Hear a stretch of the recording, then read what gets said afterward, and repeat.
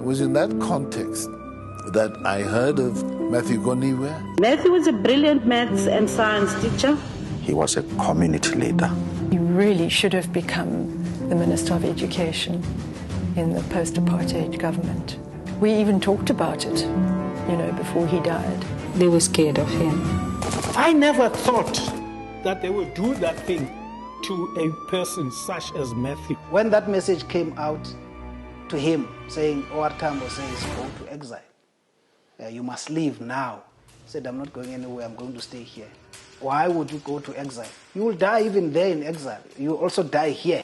On the night of June 27, 1985, Matthew Goniwe... Goosebump-inducing documentary, isn't it? Matthew Goniwe's story is brought to life in a new documentary titled The Servant Leader. South Africa is set to witness the powerful revival of one of its greatest struggle icons. The documentary captures his story with rare archival footage, intimate interviews and reflections from those who knew and worked alongside him. Sibusiso Mahlangu, the Chief Executive Officer at the Matthew Goniwe School of Leadership and Governance, joins us now in studio. Mr. Mahlangu, very good morning. Thanks for joining us. Welcome. Good morning, Simpiwe, and thank you for having us. Well, it's an absolute pleasure. I mean, The Servant Leader revives the story of a man, I suppose, whose influence still shapes South Africa's domestic and democratic consciousness. So what does it mean to you as a man in charge of an institution that bears Matthew Goniwe's name? It's a huge responsibility that we protect his legacy, and the story of his life is told in a factual and a correct manner. And we take this opportunity to make sure that we teach the current and the coming generations, and also draw inspiration from his leadership style, which was a 7 leadership style based on community service. These are the leaders who viewed leadership not only as a status, but service to the people.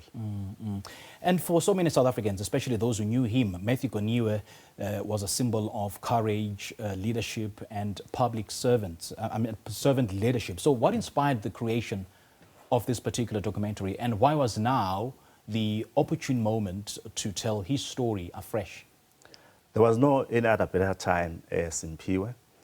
We felt as an institution that we need to uphold his legacy. As I've already indicated, the story must be told without any distortions or contradictions. The story must serve as a lesson and a point of reference that the freedom that we enjoy today, it was after the flow of blood of many of our people. And I think given the challenges that the country is facing, I think we believe it is the opportune time to draw lessons from his leadership style. Yeah, sure. And having said that, what does servant leadership mean to you in a South Africa still grappling with, ethical crises and inequality?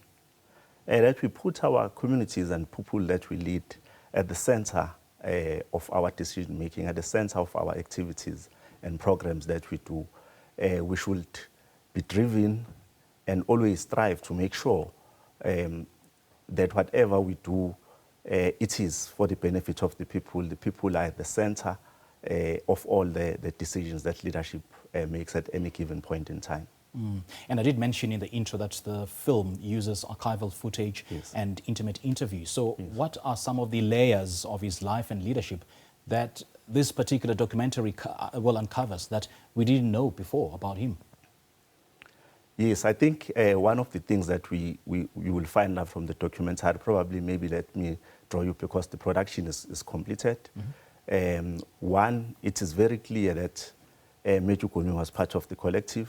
In one of the footages we have his son Nyaniso talking about him as a father, a teacher, a revolutionary, and a community leader. So it's also important to remember that this man was a teacher who was ahead of his time at that given moment, who not only saw teaching as teaching, but it was an act of defiance, making sure that he creates space for political awareness and social consciousness.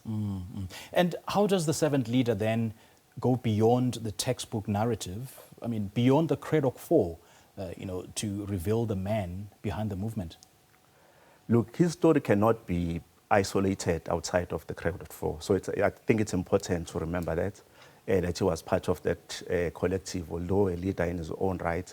So we as an institution, we are also not trying to isolate him, but we are drawn to Matthew Goniwe because the institution one is named after him, for obvious reasons. He was a teacher, a very prominent one, and a community leader as well.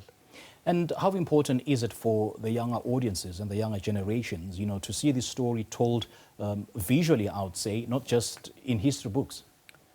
Yes, our intention is that probably this at some point can be used as part of the curriculum of history of this country. We also need, as I say, we also need to draw inspiration from how, from humble beginnings, leaders like Matthew Goniwe could really instill fear in the apartheid regime, which led to their death.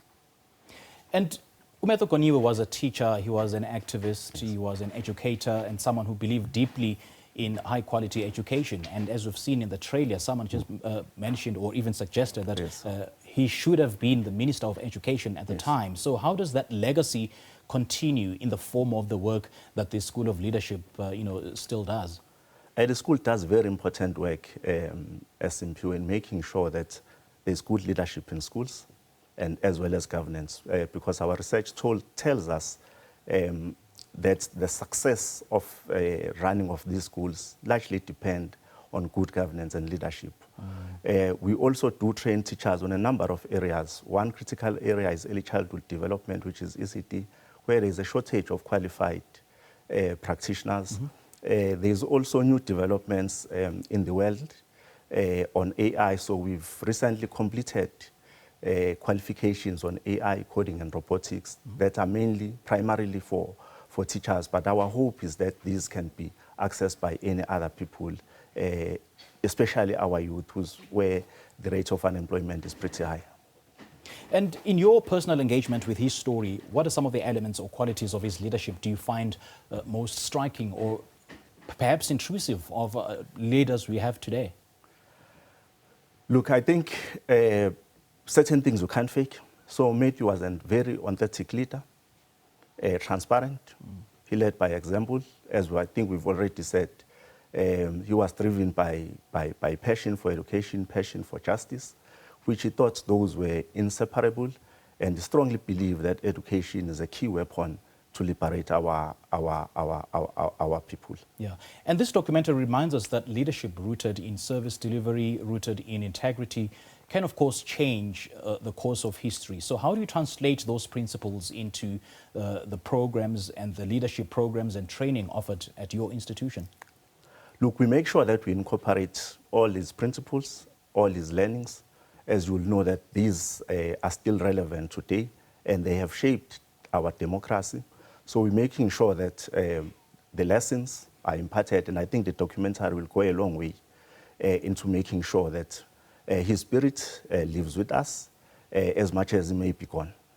All right, Mr. Mahlangu, great chatting to you. And when can you see this documentary?